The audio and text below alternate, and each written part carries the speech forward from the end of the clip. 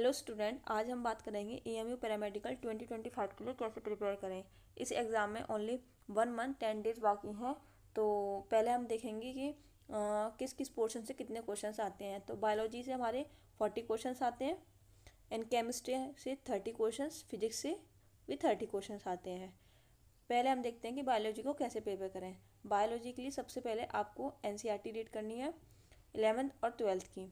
किसी और बुक को रेफर नहीं करना है फॉर पैरामेडिकल एग्ज़ाम। जब आप एनसीईआरटी को रीड कर लें, एनसीईआरटी को आपको 3 to 4 टाइम तो रीड करना है।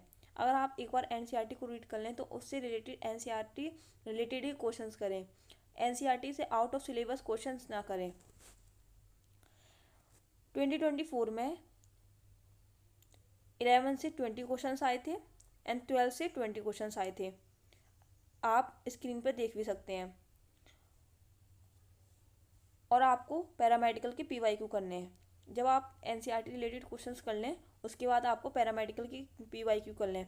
मैंने यहाँ पर लिखा मेंशन किया है कि इस साल एनसीईआरटी से 2 से 3 क्वेश्चंस आउट ऑफ एनसीईआरटी आए थे। उसको आपको देखने की ज़रूरत नहीं है, सिर्फ आप एनसीईआरटी पर फोकस करें और एनसीईआरटी रिलेटेड ही क्वेश्चंस करें, क्योंकि इस एग्ज़ाम में एनसीईआरटी ही आती है और कोई बुक नहीं आती है। फिर हम बात करेंगे केमिस्ट्री के लिए। केमिस्ट्री 3 पार्ट में डिवाइड है, फिजिकल, इनऑर्गेनिक और ऑर्गेनिक।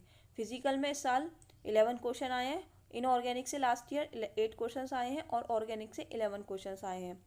पहले हम बात करेंगे इनऑर्गेनिक और ऑर्गेनिक कैसे आपको पढ़नी है, कैसे क्वेश्चंस लगाने हैं। तो इनऑर्गेनिक और ऑर्गेनिक याद करने वाला सिलेबस है और थोड़ा समझने वाला थोड़ा सब्जेक्ट है। तो आपको उसके लिए पहले एनसीईआरटी को पढ़ना है, समझना है 1-2 बार। फिर उसके लिए कोई बुक अच्छी ले लीजिए जिसमें एनसीईआरटी ही हो, एनसीईआरटी क्वेश्चंस ही हो, वो करिए। जब आप एनसीईआरटी को रीड कर लें तो एनसीईआरटी इन टेक्स्ट के क्वेश्चंस ज़रूर करिए, उसको छोड़ना नहीं। क्योंकि जब मैंने अपना पैरामेडिकल का एग्ज़ाम दिया था तो उसमें 2 से 3 क्वेश्चंस इन टेक्स्ट से ही आए थे। तो आप इन टेक्स्ट क्वेश्चन ज़रूर करके जाएँ। जब आप इन टेक्स्ट क्वेश्चन कर लें, एनसीईआरटी को पढ़ लें और एनसीईआरटी रिलेटेड क्वेश्चंस कर लें तो आप पैरामेडिकल की पीवाईक्यू करिए।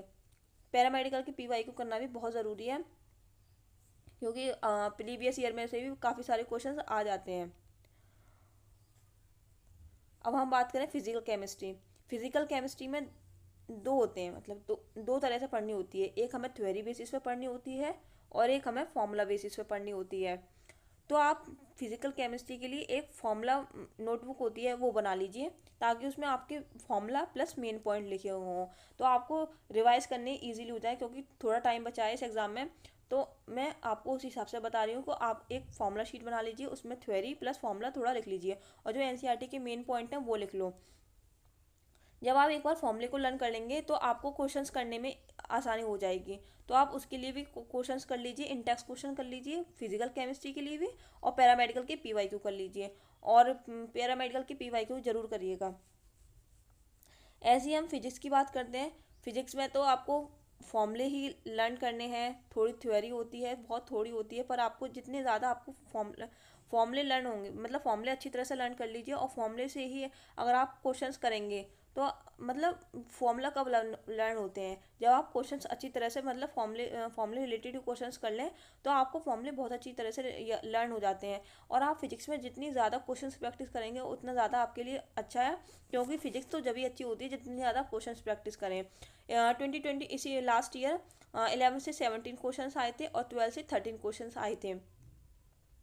बहुत सारे बच्चे पूछते हैं कि डिलीटी चैप्टर से भी क्वेश्चंस आएंगे। हाँ आएंगे, क्योंकि जो सिलेबस आया है पैरामेडिकल का उसमें डिलीटी चैप्टर भी मेंशन है। तो आपको you have to study the deleted chapter also.